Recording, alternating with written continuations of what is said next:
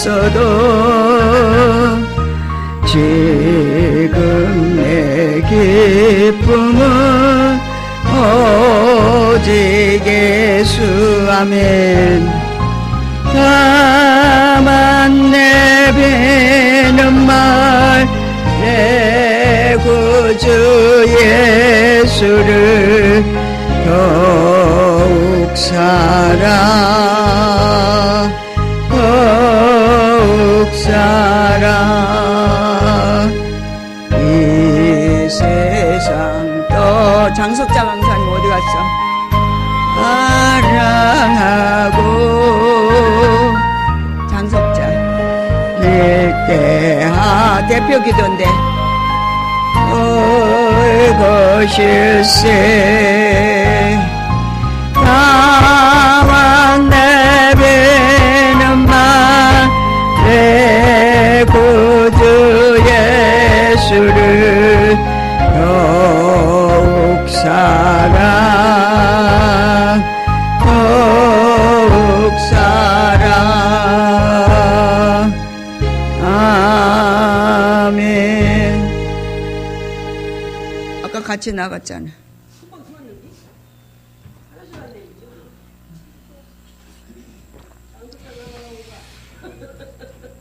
1분요? 한 곡 더 하라고? 383장. 통합은 433장입니다. 눈을 들어 산을 보니 도움 어디서 오나. 천지지은 주 하나님 나를 도와주시네. 나의 발이 실족치 않게 주가 깨어 지키며 택한 백성 항상 지켜 길이 보호하시네. 도우시는 하나님이 내게 그늘 계시니 낮의 해와 밤의 달이 너를 삼지 않겠네. 내게 화를 주지 않고 오늘 보호하시며 너의 주를 지금부터 영영 인도하시리.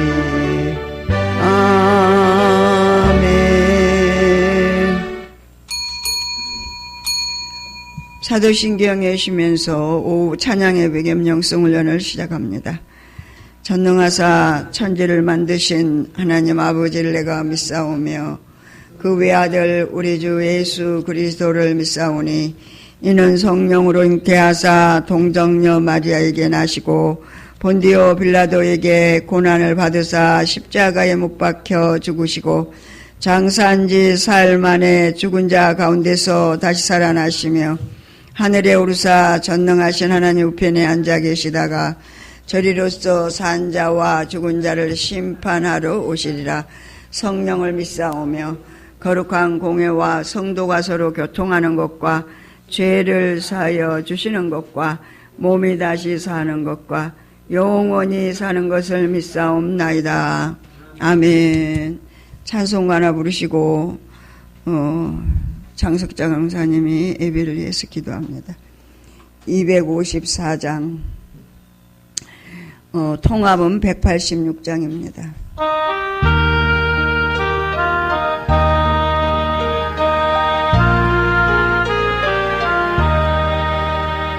내 주의 보혈은 정하고 정하다.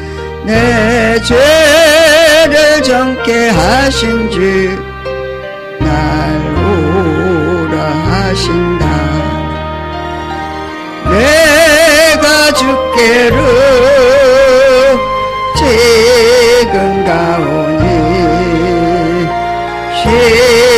십자가의 보혈로 날 씻어 주소서. 약하고 추해도 주께로 나가면 힘주시고 내 추함을 보시서 주시냐며 내가 주께로 지금 가오니 십자가의 보혈로 날 씻어 주소서 날 오라 하심은 온전한 믿음과 또 사랑함과 평안함 다 주려 함이라 내가 주께로 지금 가오니 십자가의 보혈로 날 씻어 주소서 큰 죄인 복받아 살 길을 얻었네 한없이 넓고 큰 은혜 베풀어 주소서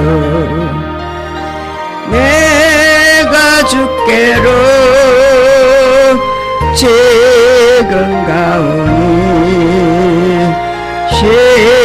십자가의 보혈로 날 씻어 주소서 그 피가 맘속에 큰 증거됩니다 내 기도 소리 들으사 다 허락하소서면 내가 주께로 지금 가오니 십자가의 보혈로 날 씻어 주소서 아멘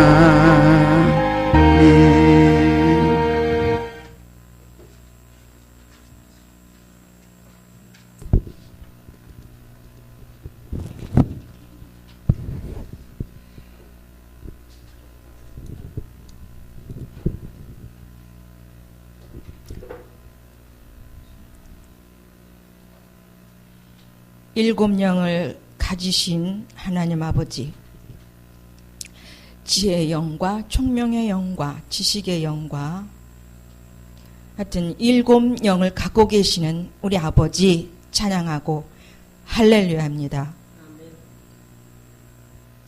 오전 시간엔 야고보서를 통해서 온유에 대해 구체적으로 다시 한번 배우게 하시고 우리 자신들을 들여다볼 수 있는 귀한 생명의 시간 만들어주셔서 감사합니다. 모세의 온유가 지상에서 승하였도다 기록되어진 구약의 말씀처럼 그가 전혀 온유했던 자가 아닌 사람을 죽였던 살인자였습니다. 그를 온유하게 만들어주신 여호와 하나님이 또한 이 시대에 이 시간에 우리들의 친아버지가 되셔서 성령의 9가지 열매를 친히 맺게 하시며 부지런히 졸지도 주무시지도 아니하시고 자녀 삼아 만들어 가시는 그 수고함에 오늘도 감사함을 돌려드립니다. 아버지 사랑합니다. 조금씩 성장해 갈수록 아버지의 사랑이 더욱더 지극히 더욱더 풍성하게 얼마나 큰지를 알아갈 수 있도록 넓혀가 주시니 감사합니다. 사랑으로 낳으시고 양육하셨으니 사랑이 우리의 전인적인 부분으로 남겨지고 그 흔적으로 바탕화면이 될 수밖에 없도록 중생시키시사 사랑의 본체이신 그분이 우리 안에 인격으로 계시니 이 살아있는 삶, 이 생명의 삶을 아버지, 어떻게 표현할 수가 있겠습니까? 우리에게 주신 언어가 부족해서 아버지를 드러낼 수 있는 언어 주시옵기를 간구합니다. 이제 그 온유함을 우리에게 허락하셨사오니 하나님 감사합니다. 아버지, 아직은 부족하겠지만 그나마 인정해 주시니 감사합니다.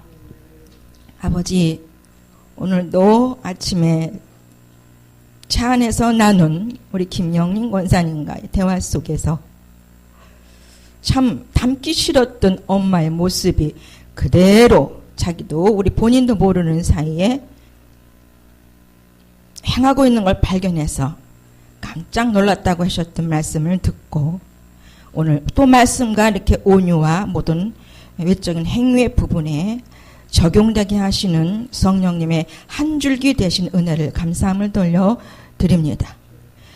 아버지, 우리를 이렇게 다시 재창조시키는 이 내면의 역사들, 바꾸어지는 이 자아가 온전한 자아로 앉혀지는 이 과정은 우리 영성훈련 없이는 도무지 이루어지지 않았던, 이룰 수가 없었던 그러한 우리의 과정들을 바라봅니다. 일찍이 이 훈련을 알게 하시고 먼저 그 훈련을 맛보게 하심으로 이제 입술로 고백하는 45년이 걸렸다. 그 음성을 듣고 그 말씀을 들으며 감사함을 또 돌려드립니다. 아버지 하나님, 이곳이 이제 이 죽전교회의 영성훈련원을 통해서 이 영성훈련을 통해서 제2차, 1차, 2차, 3차, 4차 앞으로 이어질 아버지께서 준비하고 계신 분들을 보내실 터인데 이제 내일 4차 모집이 있습니다. 4기지만 횟수로 4차의 모임입니다. 어떠한 분들을 예비하신 분들을 우리에게 이곳에 오게 하실 줄 우리는 아직은 모르오나 아버지 하나님, 오시는 모든 분들 아버지께서 보내시기 때문에 이곳에 오는 줄을 믿습니다. 개봉박두입니다. 내일 어떤 분들을 보내실지. 그러나 절대로 숫자를 헤아리지 않도록 머릿수를 헤아리지 않기를 바랍니다. 아버지 하나님, 또한 이 훈련을 통해서 우리를 빚으신 것처럼 그 오는 분들도 충분하게 다시 한번 재창조 또 재인식 속에서 그들을 그렇게 빚어가실 걸 믿습니다. 아버지의 사랑의 자녀, 아버지의 씨가 그들의 영의 심령 안에 있기 때문에 분명코 아버지는 그분들을 키워가실 것입니다. 이 한 곳에서 이루시기 위해서 그동안 진부해 오신 그 과정들을 아버지 더욱더 멋지게, 더욱더 생명적으로, 더욱더 구체적으로 일으켜갈 것을 믿고 감사함을 돌려드립니다. 아버지 하나님, 이때를 위해서 우리 목사님 준비해 오셨사오니 아버지여, 몸이 힘듭니다. 아직 회복되지 않았사오나 그 혀에, 그 머리에, 그 육체에 성령의 기름 부음과 튼튼함과 총명함과 지혜가 끊어지지 않도록 부어 주시옵소서 간절히 바라옵고 오나옵나이다. 아버지 하나님, 쇠하지 않도록 더욱더 강건하게 사용하여 주시옵시되 영혼 몸 전체에 성령으로 충만케 하여 주시옵기를 원합니다. 약하지 않습니다. 아버지, 몸은 조금 어려울 수 있사오나 절대로 마음 뺏기지 않기를 원합니다. 우리 모두가 더욱더 굳건하게 강건하게 그런 부분들을 세워서 쓰실 줄을 믿습니다. 이때를 향하여 그들에게 보란듯이 세워서 하나님 사용하실 줄 믿습니다. 충만한 지혜와 그 육체 가운데 튼튼케 하셔서 보란듯한 예수 그리스도의 그 아버지 아름다운 그 모델 표본이 될 수 있는 기회가 될 수 있도록 이번 기회 월화 하나님께서 주장하여 주시옵소서. 이 시간도 아버지 하나님 영성훈련 오후 시간을 맞이해서 귀한 종을 세우셨습니다. 온유가 모세처럼 승하게 지상에서 승한 것처럼 우리 모두에게 위로부터 아래까지 다 촉촉하게 적셔질 수 있는 시간이 될 수 있기를 소망하오며 생명 되신 예수님의 이름으로 기도하옵나이다. 아멘. 감사합니다. 네, 영성 형성을 돕는 길 130페이지입니다.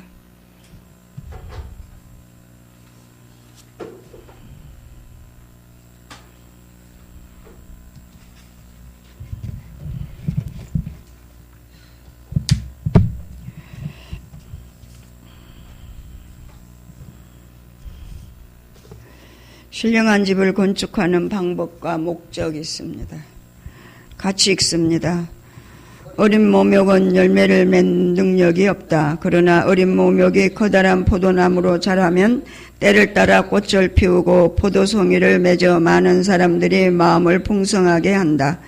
마찬가지로 영적으로 성장하면 그 사람의 가치관이 바뀐다.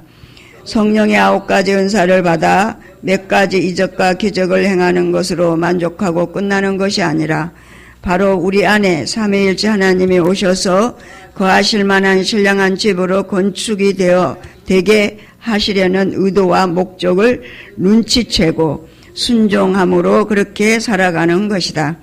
물론 신령한 집을 건축하는 데 필요한 재료는 하나님의 말씀이다.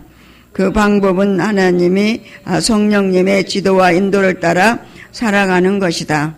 즉 철저하게 성령님의 지도와 인도를 받지 않고 신앙생활하는 것은 부실한 집을 지어 나중에 어떤 큰 재난을 당할지도 모르는 것과 같다. 그러므로 우리가 사소한 부분에서부터 성령님께 엽죽고 말씀하시는 대로 살아갈 때 우리의 영과 혼과 몸 전체가 하나님의 뜻대로 사용하실 수 있는 존재로 바꿔지고 그렇게 될 때 그것이 곧 하나님께서 인정하시는 산제사가 되는 것이다. 하나님께서 우리의 육체의 영성을 덧입혀 주시려는 목적이 바로 여기에 있다. 목사님 하실 말씀 없어요? 네, 너무 말씀을 기록을 잘 하셔가지고 저도 설명할 게 없네요. 이게 9가지 은사를 하나님이 철저하게 우리가 신령한 집을 짓는 데 사용해야 된다는 거예요.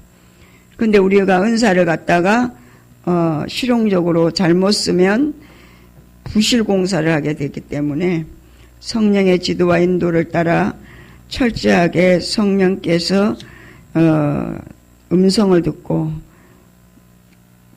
그러니까 어떤 큰 재난을 당할지 모르기 때문에 집을 잘 지어야 된다 이렇게 얘기를 하는데요. 그 집은 심령 성전을 얘기합니다. 어떤 분이 이제 이렇게 집 짓는 것 때문에 집을 어떻게 짓는가 하는 것 때문에 고민하고, 그 고민은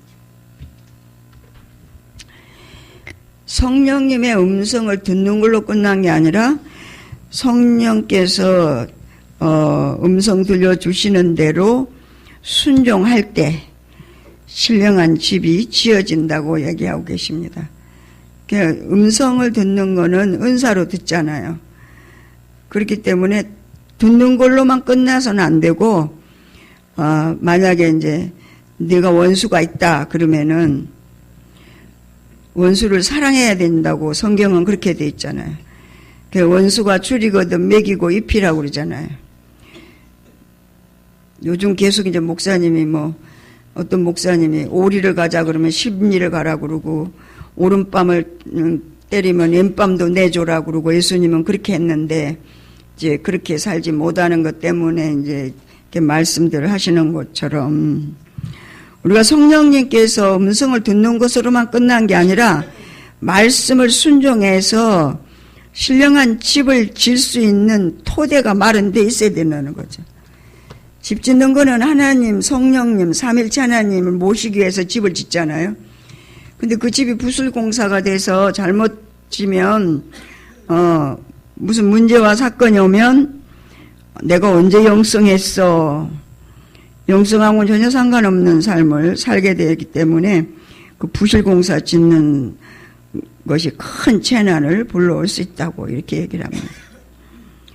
그러니까 우리에게 육체 영성을 덧입혀 주시려는 목적이 바로 여기 있다는 거예요.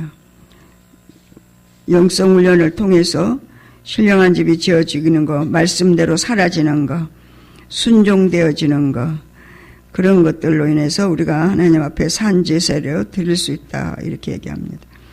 네 번째, 성령의 지도와 인도를 받지 않는 삶은 곧 하나님의 일을 방해하는 거다. 같이 읽습니다.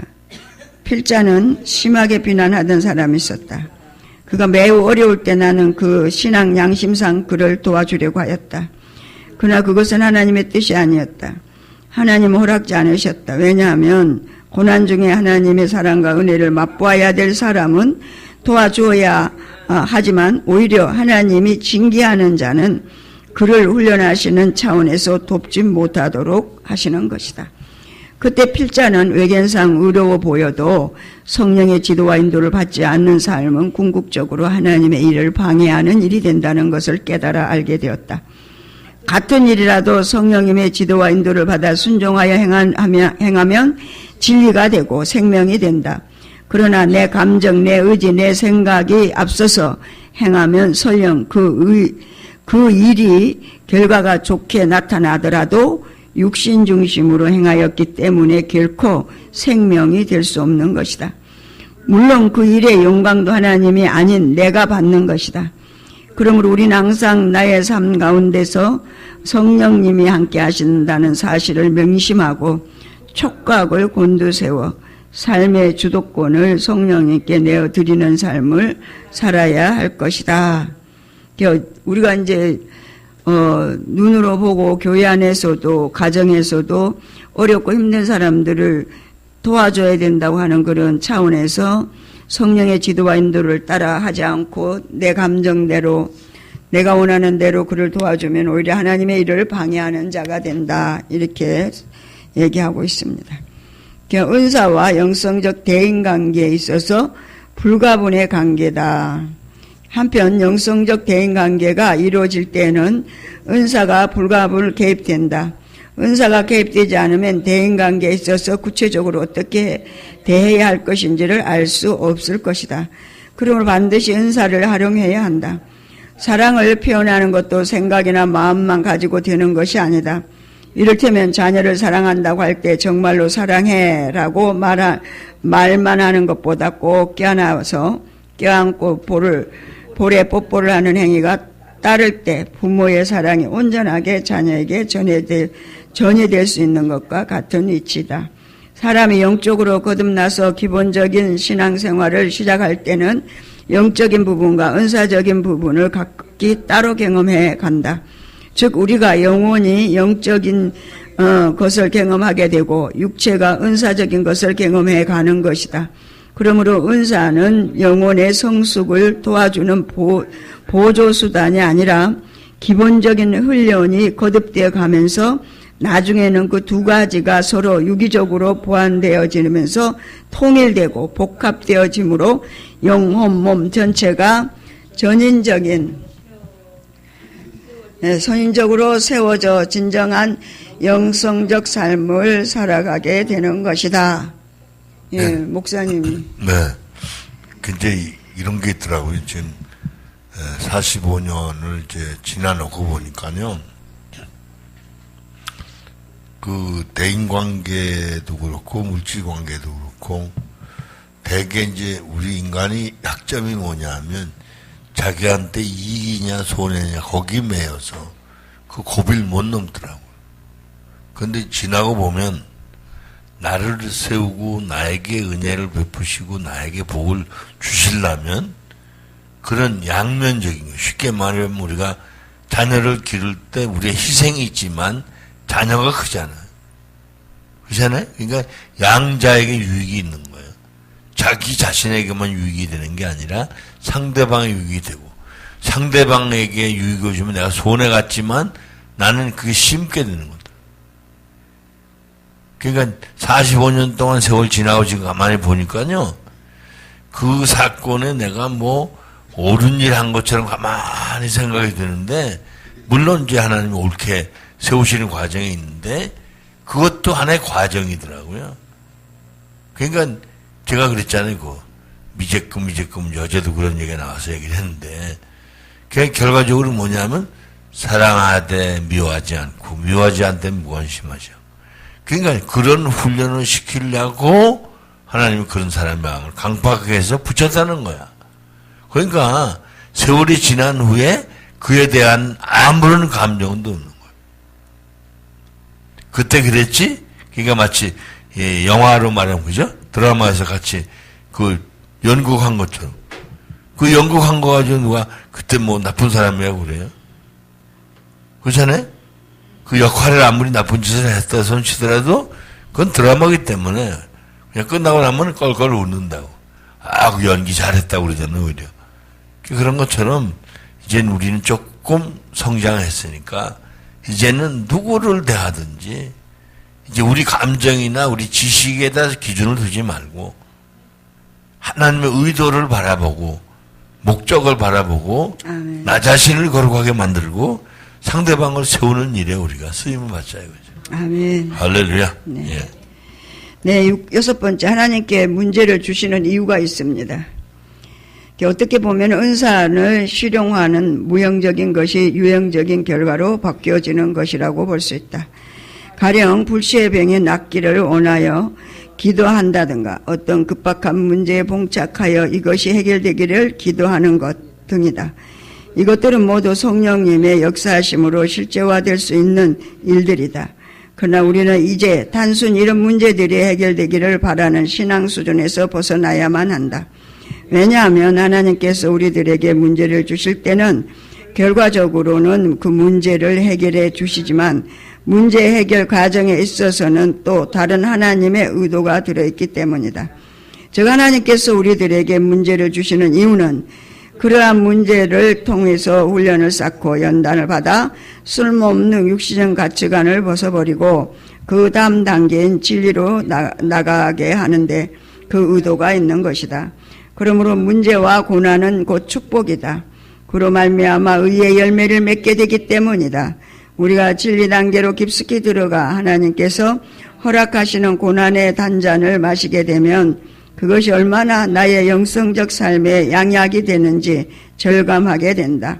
이것은 교육되어지는 것이 아니라 경험을 통해 자연스럽게 깨달아지는 것이다. 그러니까 우리가 훈련받으면서도 많은 경험이 필요하다는 겁니다. 대인관계를 통해서 상대방에게 요구되는 것들을 성령의 지도와 인도를 따라서 우리가 수정되는 그런 대인관계로 바뀌게 되면 또 그 대인관계의 그 경험을 통해서 많은 영혼들을 일깨워 세우는데 우리가 통로와 도구로 쓰임받게 되기 때문입니다.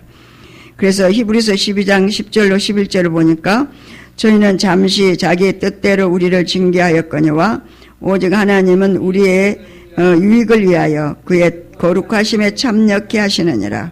무릇 징계가 당시에는 줄고 보이지 않고 슬퍼 보이나 후에 그로 말미암아 연달한 자에게는 의의 평강한 열매를 맺나니 이렇게 말씀하고 있습니다. 아멘.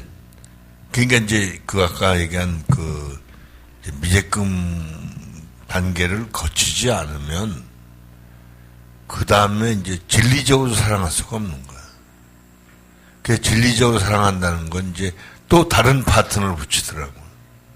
그 오히려 이건 뭐 참는 정도가 아니라 많은 손해를 끼치는데 이걸 어떡하나.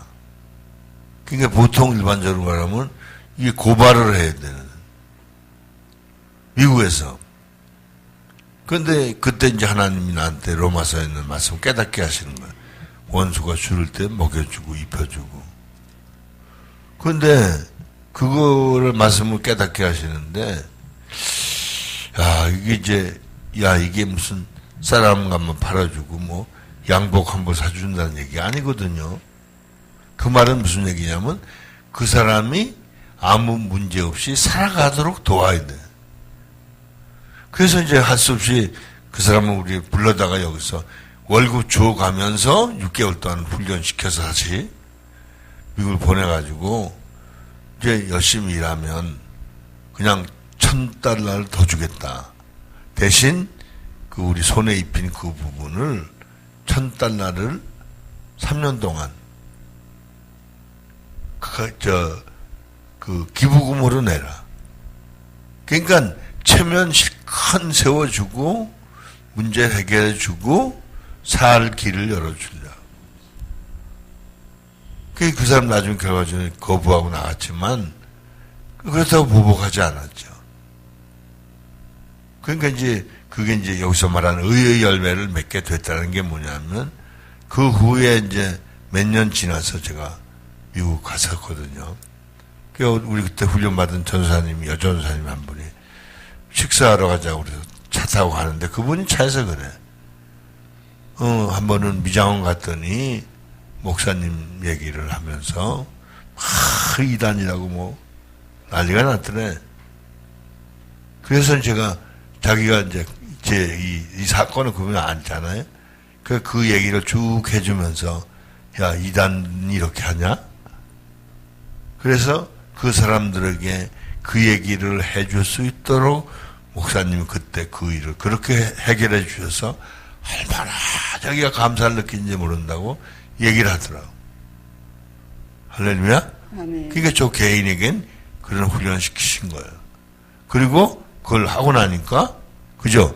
일시적으로 보면 큰 결과가 없는 것 같은데, 하나님의 열매를 맺게 하시고, 여러 사람의 긍지를 느끼게 하시더라고요. 할렐루야? 그러니까 이건 뭐, 우리가 사람과의 관계에서 옳으냐, 그러냐, 이런 수준이 아니고, 하나님 크신 의도가 계셔서, 첫째, 나를 세우려고 그러신다. 둘째, 상대방도 세우려고 그러신다.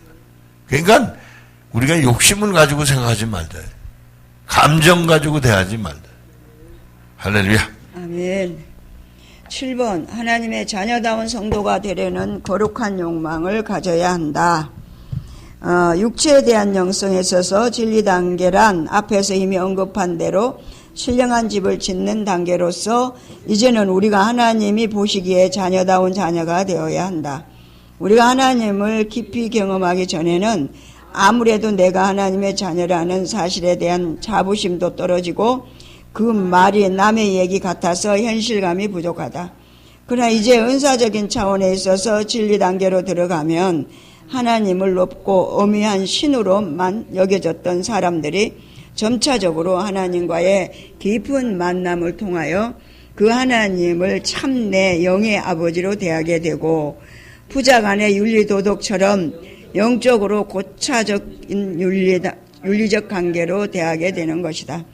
또 우리가 성령의 지도와 인도를 받아 하나님의 말씀으로 자기를 다스리고 죄를 다스리고 환경을 다스리고 마귀를 다스려가는 삶을 살아가게 된다.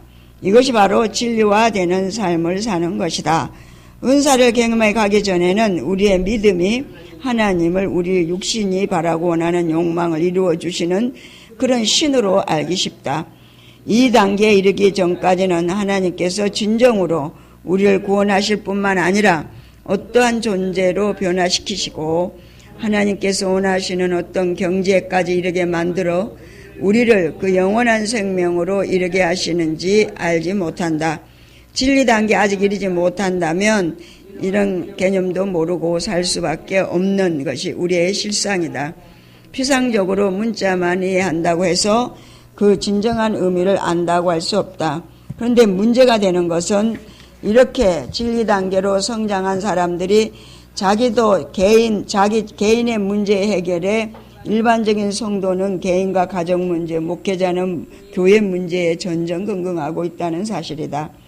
이들은 아직도 육신적인 삶에 매여 있기 때문에 하나님 앞에서 온전하고도 헌신적인 삶을 통한 하나님의 신령한 은혜를 누릴 수가 없다.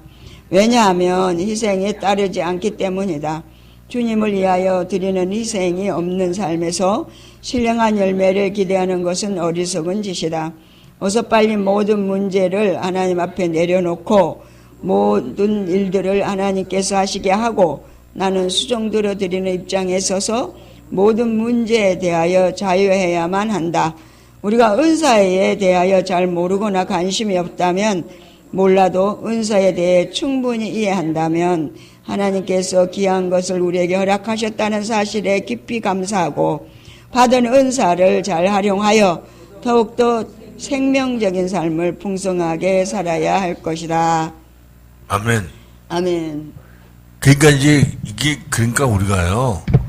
제가 이제 조금 전에 말씀드린 것처럼 자기 자신을 성경이 말하는 삶으로 훈련시키는 삶을 살아야 돼. 할렐루야? 그러니까 이걸 물으면, 그러니까 조금 아는 지식 가지고 상대방 어떻게 하려고.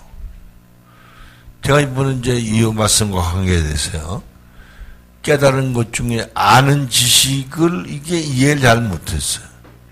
다시 말하면 한 교수님이 얘기하는 얘기가 사람이 껍데기다. 그러니까 말은 되는데 이게 가슴으로 이게 충분히 이해가 안 돼요. 사람이 껍데기다. 그런데 요 근자에 제가 몇 가지 간증을 했잖아요. 하나님이 야, 네가 우주보다 크다. 깜짝 놀라지. 이게 잘못 듣는 건 줄. 근데 설명을 해 주시는 거예요. 왜? 이 피조물은 다 불탈 거지만 너는 영원한 존재이기 때문에 그렇다. 그 설명을 해 주시는 거예요. 내가 묻지 않아도 내 감정을 아시잖아. 그 다음에 내가 너하고 하나인 걸 내가 못 느끼지? 그리고 요한복음 17장 생각을 나게 하시는 거예요. 아버지, 우리가 하나인 것처럼 이들이 우리와 하나가 되게 하옵소서. 그래서 그걸 깨닫게 하셔서 동의하게 만드시는 거예요. 그리고 이제 며칠 지나서 또, 야, 내가 너를 예수님보다 더 사랑하는 거 아니야, 이거야. 난 깜짝 놀랐지. 이게 제 잘못 듣는 거 아닌가 싶어. 그 설명하시는 거야. 야, 내가 예수님 너를 위해서 내줬잖아. 뭐 틀렸냐? 내가 다른 사람보다 얘기했더니, 그래서 그 세 가지 얘기를 했어요. 그랬더니 전화로 깜짝 놀라더라. 근데 설명을 쭉 했더니, 다 성경적이다 이거지. 그러고 나니까 사람이 껍데기라는 게 뭐냐면, 우리가 사람다운 사람이 되면 우리는 마치 포장지처럼 삼일체 하나님이 우리의 내면이 되시는 거예요. 할렐루야? 하나님이 내 안에 사시는 거야. 삼일체 하나님이. 그러니까 사람이 돼야만 껍데기가 된다는 거야. 인간은 껍데기 될 수 없다는 얘기야. 그러니까 그 뜻을 알겠더라고. 그러니까 그걸 또 재밌게 뭐냐면, 이거 이제 인간적으로 얘기하면 이게 오해받기가 쉽잖아요. 그런데 어떻게 학문적으로 그렇게 설명을 해서, 학문적으로 남에게 설명할 수 있도록 자료가 있다는 게 얼마나 감사한지. 아멘. 할렐루야. 그러니까 저는 여러분이 첫째는 성경적으로, 둘째는 신학적인 대로 맞춰서 우리가 성경적이고 신학적인 그 논리대로 우리 자신이 변화되어야 될 줄은 믿습니다. 아멘. 우리가 원하는 욕망을 이루는 게 아니다. 할렐루야? 아멘. 이게 바로 진리 안에서 생명되는 삶입니다. 아멘. 아멘. 그럼 그게 영생을 누리는 거예요. 예, 계속. 8번째, 진리가 되고 생명이 된다는 표현에 대해서 같이 읽어봅니다. 영성적 삶에 대하여 이야기할 때 필자는 진리가 되고 생명이 된다는 말을 가끔씩 사용하는데, 독자들은 이 말을 마치 진리와 생명의 혼합 개념으로 오해하여 도대체 한 사건 속에서 어느 부분이 진리이고 어느 부분이 생명이 된다는 건가? 라는 의아심을 가질 수 있다. 그러나 이 말은 한 사건을 포괄적인 의미에서 진리의 단계를 거쳐 생명에 실제로 나타나야 한다는 말로 이해해야 한다. 우선 진리가 되고 라고 하는 말은 하나님의 말씀대로 이루어지는 것이 믿어지는 것이라고 말할 수 있고, 생명이 된다는 말은 말씀대로 행할 때 행하는 모든 삶이 이루어지는 것을 말한다. 물론 단계적인 성장 과정에서는 각각 진리와 생명이 되는 과정을 밟아 성장해야 할 것은 분명하다. 예를 들어 엄마가 되었다고 해서 어려서부터 사용해왔던 그 사지백체를 벗어버리고 엄마의 몸을 다른 곳에서 새로 취해서 살아가는 것이 아니다. 이미 가지고 있는 자기의 몸이 변화를 받아 사는 것이다. 육체에 대한 영성 형성의 과정을 살펴보면 9가지 은사를 받아서 단계적으로 변화를 받고 성숙해서 생명 단계에 이르게 된다.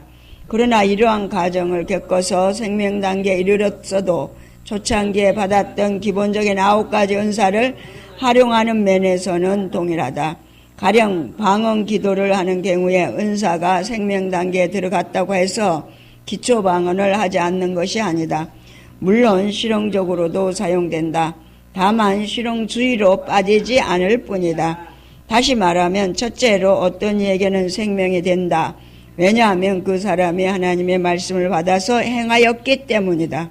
둘째, 어떤 이에게는 진리가 된다.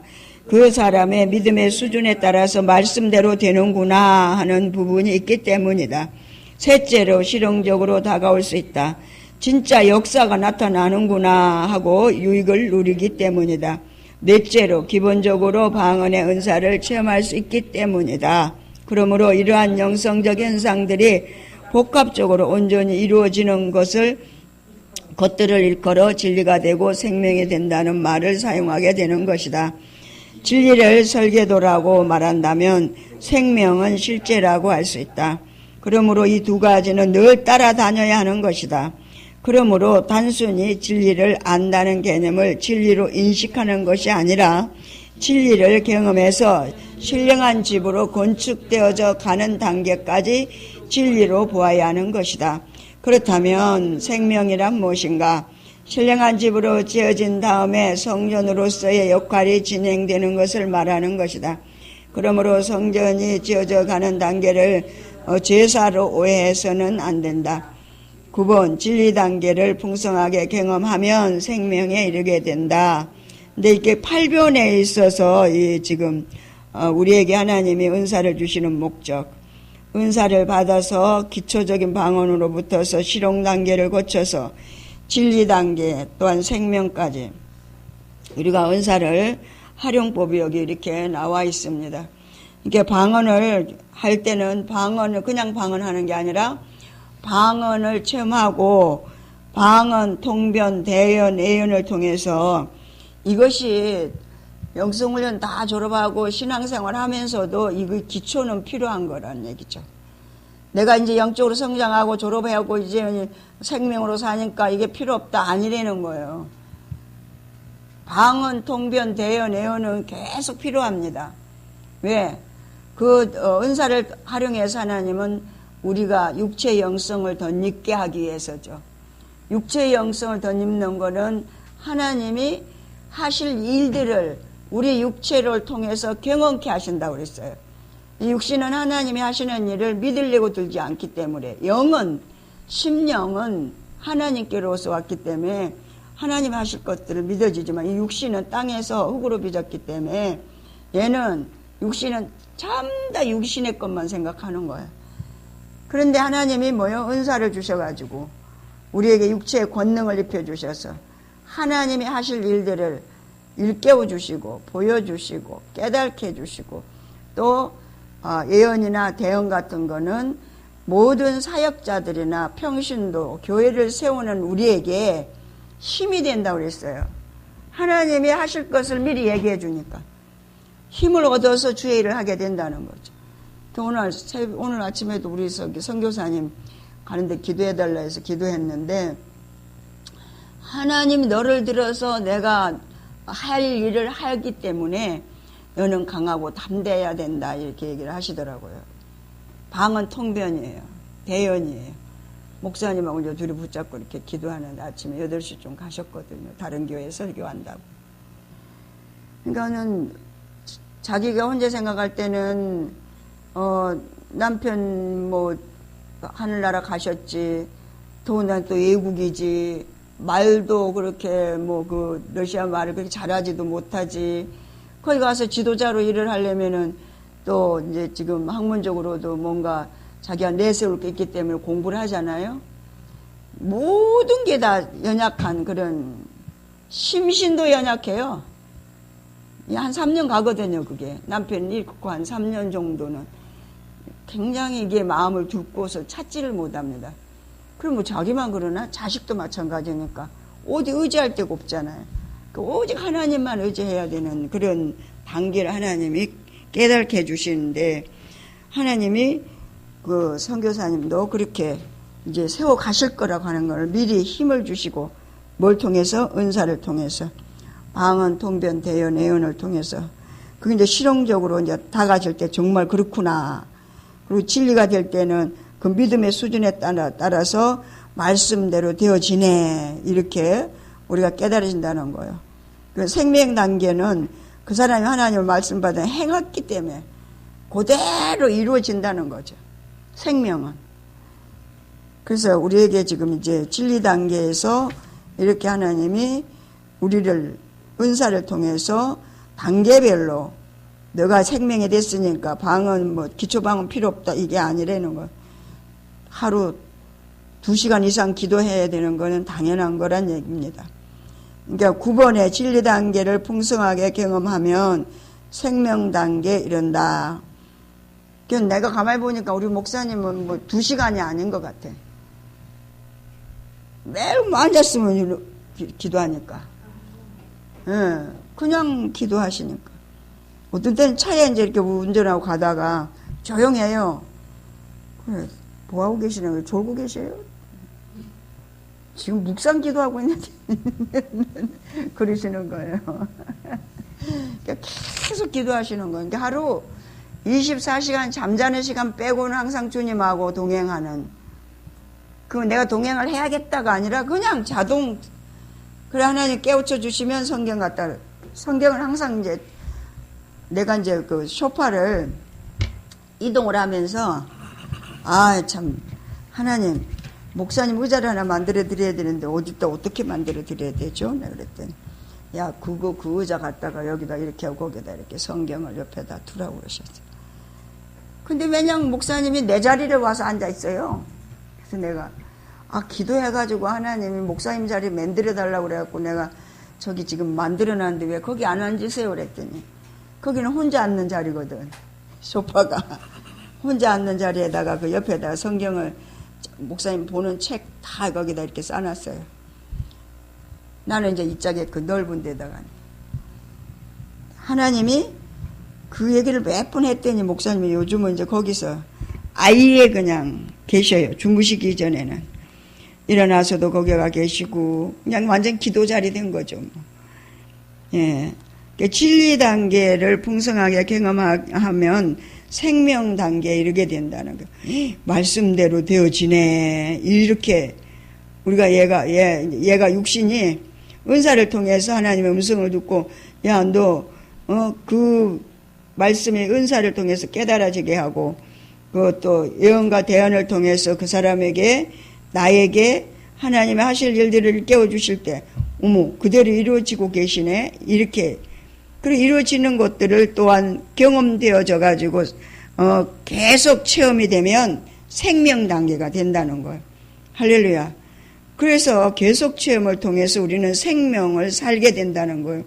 그러니까는 생명을 사는 사람하고 진리를 사는 사람하고 실용주의에 빠진 사람하고 이제 기초적인 사람하고 이게 만약에 똑같이 영성훈련을 봤어도 다른다는 거예요. 삶이. 그러니까 우리가 똑같은 밥을 먹고 똑같은 행동을 하고 똑같은 교회 생활을 했어도 생명적인 사람은 생명을 누리게 돼 있어요. 그러니까 그 이제 진리 단계, 생명 단계 차이가 뭐냐면 이런 거예요. 우리가 이제 데이트할 때는 동행하잖아요. 근데 결혼하면 같이 살잖아요. 이게 다른 거예요. 그러니까 제가 이제 요즘 그 얘기를 하는 거예요. 하나님과 동행한다? 요거는 진리 단계 같은 용어다. 오히려 내 안에 사셔. 그러니까 주도권이 내가 주도권을 가진 게 아니라 하나님이 주권을 가지신. 그러니까 하나님이 원하시는 대로 나를 쓰시는 거지. 내가 원하는 대로 하나님을 이용하는 게 아니다. 할렐루야? 이게 다른 거예요. 그러니까 이제 진리와 생명이 다른 거예요. 그러니까 이제 방언통역도 그래요. 마찬가지예요. 이제 그냥 방언통역도 물어보려고 뭘 좀 깨달으려고 기도하는 것처럼 할 때가 있거든요. 그런데 이제 나중에 어느 단계 가면 무시로 하게 돼요. 그냥 무시로 하게 되면 그 내가 원하는 걸 대답하시는 게 아니고 미리 하나님이 나에게 네가 뭘 궁금해하는지 아니까 설명하시는 거예요. 아멘. 그러니까 의식이 바뀌는 거야. 아까 제가 얘기했죠, 왜? 우주보다 크다는 얘기. 이거, 다른 사람한테 내가 설명하기 전에 그 앞에 얘기만 하니까 깜짝 놀라더라고. 그러니까 그 양반이 뭔 얘기하는지 알죠? 큰일 납니다. 위험합니다. 그 소리 하는 건 내가 뻔히 알죠. 그래서 내가 설명해서 하나님 이러시더라고. 쭉 하니까, 네, 맞아요. 성경에 다 있습니다. 없습니다. 그게 동의라는 거야. 그러니까 이게 기가 막힌 게 뭐냐면 우리가 이제 이게 생명 단계 되지 않으면 자꾸 하나님을 제3자로 이용하려고 그래. 근데 생명 단계 되면 이용하는 게 아니라 하나님 나 쓰시는 거야. 할렐루야? 아멘. 난 아무것도 아니에요. 진짜 빈 껍데기 같다니까. 우리가 밥 먹는다고 밥그릇 먹는 게 아니잖아요. 저번에 누가 그러더라고. 아니, 밥을 맛있게 잡수느라고 그릇까지 다 잡섰나 봐. 그릇이 다 어디 갔어? 그러더라고. 그럴 일이 없잖아요. 이제 그런 재밌는 얘기 하나 들었는데, 그거 같은 얘기예요. 그러니까 우리가 중요한 건 우리가 성경대로 되는 거지. 아멘. 우리가 원하는 게 되는 게 아니에요. 할렐루야? 이거를 깊이 깨달아 주고 있어요. 그러니까 영성훈련을 이제 받고 졸업하고 딱 이렇게 하나님이 성경을 어디를 봐라 이렇게 해서 성경을 보는데 진리의 눈이 늘 열려지더라고요. 옛날에는 성경을 보면 성경이 어때요? 좀 이렇게 우리에게 부담스럽잖아요. 하나님의 말씀이 부담스러워. 그런데 이제 우리가 성경을 갖다 영성훈련을 하고 영적으로 이렇게 이제 좀 이제 훈련을 받고 나니까 눈이 열려가지고 더 성경이 전부 다 영적으로 보이는 거야. 옛날에는 윤리도덕으로 보였고 더 나아가서는 진리로 보였는데 전부 다 어머 이게 영적인 말씀이었네. 바울이 그 당시 그 시대 때 서신서를 기록할 그 당시에 그 바울의 심정이 입혀지는 거예요. 바울이 이런 마음으로 이 성경을 기록했구나. 그게 그냥 딱 이렇게 심장에 와서 딱 꽂히는 거예요. 그때부터 성경을 보는 눈이 달라지는 거죠. 할렐루야. 옛날에는 어땠어요? 내가 필요한 성경만 뽑아서 봤잖아. 그렇잖아요?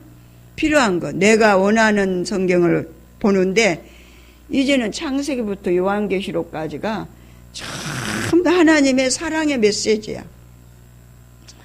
야단을 할 때도 사랑의 메시지고 칭찬을 할 때도 사랑의 메시지고 그냥 무조건 다 사랑의 메시지인 거야. 하나님의 부모가 그러잖아요.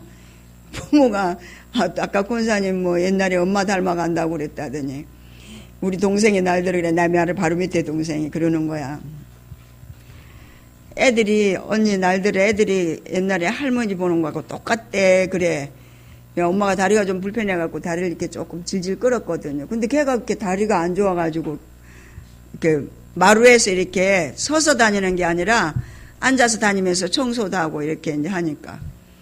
근데 나도 어느 한순간 권사님 내가 요번에 이제 그 금식을 6일 할 때 첫날 와서 딱 기도하는데 그 엄마에게 그 향수로 있던 거 나에게 엄마의 그 향수가요 떠났어요. 그것도 귀신이 그러더라고요. 귀신이. 그게 엄마가 아니고 엄마한테 붙어 있던 그 귀신이 나한테 엄마를 엄마하고 살 때 엄마하고 이렇게 가지고 있었던 같은 추억, 느낌. 엄마는 이랬어 하는 그런 거 있었잖아요. 우리 엄마는 뭘 좋아했어. 엄마는 이런 삶을 살았어. 그런 것들이 향수가 있었거든요. 그랬는데 새벽에 와서 딱 첫날에 이제 금식 들어가가지고 기도하는데 막 슬피 울며 떠나는 거예요. 누구야 음성이요? 딱 엄마 음성이에요. 그게요. 사단이가, 귀신이 내가 여기 기도하는데 저기 오른쪽으로 해서 떠나더라고. 그런데 목사님한테 그랬죠. 내가 여태 엄마를 어찌 그리워하고 우리 엄마한테 뭐 이런 거 저런 거 돌아가신 엄마 갖고 뭐 이러고 저러고 얘기들 하잖아요. 에? 그게요, 내가 그러는 게 아니고 귀신이 그러는 거더라고. 거기에 죽은 사람을 통해서 자기가, 그러니까는 세포가 몇만 개 있으면 거기서 몇 가지를 이렇게 공유하고 있었던 거지. 근데 그때부터는 그게 싹 없어졌어요. 전혀 기억도 없어졌어요. 향수가 없어졌어요. 뭐 저기 그리워진다든가, 엄마는 옛날에 이랬는데 나도 이래야지, 뭐 이런 그런 거, 그게 싹 없어졌어요. 할렐루야. 다 그게 귀신의 장난이더라니까. 이게 금식을 하면 떠난단 말이 맞아요. 우리가 육체가 건강할 때 사단의 역사가 강하잖아요. 그러는 것처럼 이렇게 굶겨가지고 귀신하고 싸우려면은 굶어야 된다는 거. 영적 전쟁은 굶어야 돼. 금식해야 돼. 그래야지 빠져나가는 것 같아요. 그러니까 여기에서 이제 우리가 알아야 될 것, 진리 단계에서 풍성하게 경험을 하게 되면 우리가 생명 단계에 이르게 된다. 아멘. 예, 결론적으로 같이 얘기합니다. 결론적으로 말해서 진리가 풍성해지면 그것이 곧 생명이다.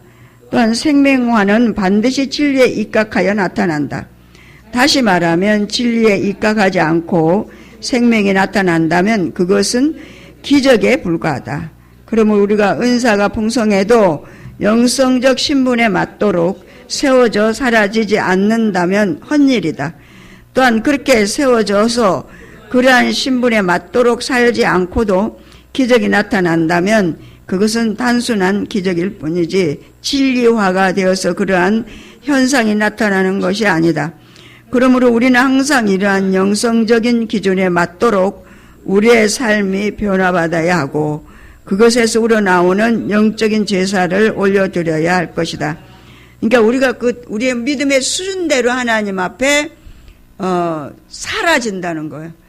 애들이 그 믿음대로 사라지고 생명적인 부분을 누리는 사람은 거기에 합당하게 모든 삶이 생명으로 죽고 썩을 사망으로 흘러 떠나려 가지 않고 생명으로 사라지고 상국구원으로 우리에게 하나님이 이루어 주신다는 겁니다. 아멘. 그러니까 이제 쉽게 말하면 그거예요. 예를 들어서 우리가 전부 생명이 되는 단계 들어가면, 생명이 되는 단계 들어가면 가령 오리 농장에 닭도 섞이고 뭐 꽁도 섞이는 게 아니에요. 전부 오리잖아. 소리도 똑같고 걷는 것도 똑같고, 그죠?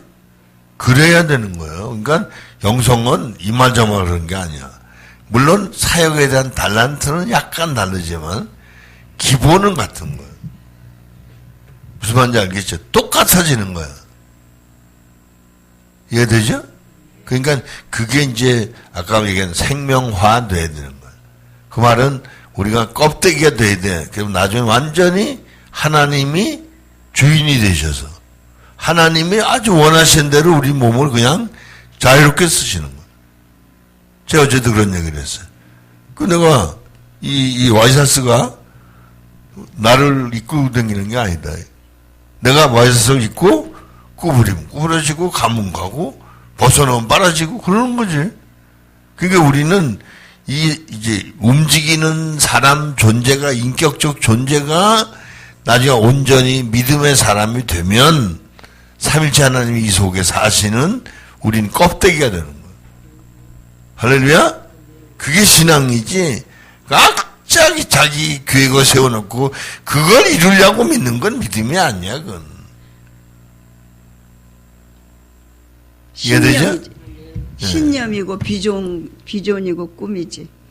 오늘 오전에 말씀을 듣고 저는 뭘 깨달았냐면 하나님을 사랑하는 것만큼 이웃을 사랑해야 되는데 우리는 하나님만 잘 사랑하면 그걸로 끝나는 거다 이렇게 생각하고 이때 살았던 것 같아요. 하나님 사랑하는 건 누구한테 뒤져서는 안 돼. 기도하는 것도 헌금하는 것도 봉사와 헌신하는 것도 누구한테 뒤져서는 안 돼. 그러니까 나는 하나님 사랑을 특별한 사랑으로 사랑해야 돼. 그러면 이제 그 사랑을 목사님 말씀하시는 것처럼 50% 50%잖아요. 하나님 사랑 50%, 이웃 사랑 50%잖아요. 그러면 이웃 사랑 50%를 그러면 하나님 사랑하는 것만큼 해야 된다는 얘기거든요. 여러분은 어떻게 오늘 오전 설교 들으셨어요? 저는 거기에서 내가 이게 50%밖에 안 하고 매년 100% 했다고 다른 사람한테 뭐 이러고 저러고 뭐 어떻게 교회 생활을 저렇게 할 수 있을까? 어떻게 헌금 생활을 저렇게 할 수 있을까? 하나님을 사랑한다면서 어떻게 저럴까? 공예배를 어떻게 빠져먹을 수 있을까? 하나님 사랑한다면서 자기 책임과 의무를 어떻게 감당하지 않을까? 하나님 사랑한다면서 매년 이게 이렇게 적용을 하거든요. 우리가 최고의 하나님을 사랑한다고 그러면은 뭐요? 교회 생활부터 우리는 나타나잖아요. 기본적으로 하나님이 정해놓은 예배 생활이 있잖아요. 교인들은 이렇게 살아야지. 뭐 그거 우리가 뭐 추석이 됐다, 뭐 명절이 됐다, 무슨 잔칫날이 됐다. 그럼 그 세상 사람하고 똑같은 거잖아요. 우리는 구별된 삶을 살아야 되지 않겠어요? 명절하고 무슨 상관이 있어? 하나님 사랑하는데? 집안에 무슨 누가 뭔 일 있다. 근데 그건 무슨 상관이 있어? 내가 하나님 사랑하는데? 저는 그렇게 생각을 하고 왔어요. 그래서 그러지 않은 사람한테 보면 조금 좀 그런 부분이 있었거든요. 근데 이제 오늘 제가 이제 그 설교를 들으면서 하나님을 100% 사랑한다고 생각하는 것보다는 100%에서 50%만 하고 이웃 사랑을 또 100%에서 50%에서 그래서 하나님 사랑, 이웃 사랑을 겸비해야 되는 것이 하나님이 원하는 사랑 아닌가. 이제 그 사랑이 이제 오늘 이제 아침에 우리 그 선교사님이 저희 집에 와서 주무셨잖아요.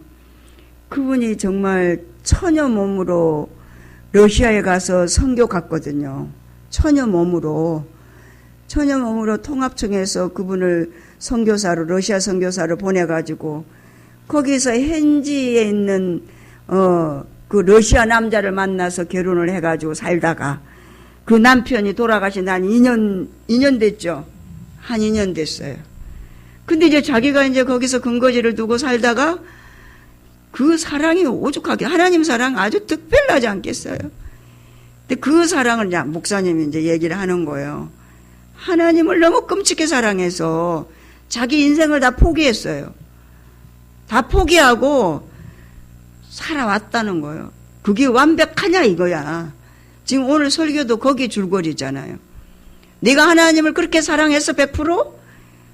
그러면 하나님이 원하는 사랑은 그 사랑이 아니라는 거예요. 내가 100%에서 50% 했다면 이웃을 위해서 50% 해라 이러는 거거든. 그래서 100%를 해야 된다고 얘기한다는 거죠. 근데 그게 지금 그 얘기를요, 목사님이 한지 얼마 안 됐잖아요. 헌금은 그렇게 얘기했었어요. 그 청담동수 목사님한테 카운터 타임을 할 때 내가 100% 헌금했는데 그랬더니 너는 100% 헌금해서 50%만 하고 이웃에서 50%만 안 해서 너는 나한테 온전하게 100%한 걸로 되어 있지 않다. 그러니 너가 이웃사랑에 50%를 해라. 나한테 50%하고 그래서 100%를 해라. 이렇게 말씀하셨다고 얘기했잖아요. 근데 이제 그거는 헌금 문제였다고 얘기하잖아요. 근데 그 선교사님 있는 데서 그 얘기를 하시는 거예요. 그러면서 오늘 설교가 지금 그 얘기였어요. 하나님 너무 끔찍하게 사랑하는 거 하나님 싫어한다. 왜? 저울이 한쪽으로만 기울이면 안 되잖아요. 저는 이제 오늘 낮에 그 설교를 통해서 그런 부분들을 하나님이 일깨워 주셨습니다. 그게 생명 단계도 마찬가지인 걸로 저는 그렇게 생각이 됩니다. 왜 그러냐면 하나님 말씀을 따라 산다고 하는 삶이 말씀을 지켜서 순종하는 것도 순종하는 거지만 말씀을 지켜서 순종하는 것만큼 이웃들을 돌아볼 수 있는 그런 사람으로 세워져서 완벽한 생명 단계에 들어가야 되지 않겠는가. 136페이지 생명 단계를 접어놓으세요. 이건 다음 주에 할 거고 지금 30분, 25분 기도합니다. 기도하는데 이제 목사님이 지금 말씀하셨어요. 첫 번째 우리가 기본적으로 하나님의 은사를 주시는 목적, 우리에게는 기본적인 체험 단계가 있어요. 은사를 체험해야 돼요. 체험해가지고 방언, 통변, 대연, 예언을 해야 됩니다. 오늘 아침에 제가 선교사님을 놓고 기도해 주라고 목사님 저기 안수해 주세요. 그러는데 나도 와서 기도해라 그래요. 그래서 이제 이렇게 기도를 하는데 너무 머리가 복잡한 거야. 정신이 하나도 없어. 이분이 지금 막 너무 복잡해. 그냥 기도를 한참 치유를 하고 났는데 하나님 그러시는 거예요. 방언을 계속 했더니 나는 너와 함께하고 있기 때문에 너가 두려워하지 말아야 된다는 거예요. 내가 너를 새롭게 만들어서 나의 사람으로 내가 너를 통해서 일할 거니까 누구를 만나든지 강하고 담대하라는 거예요.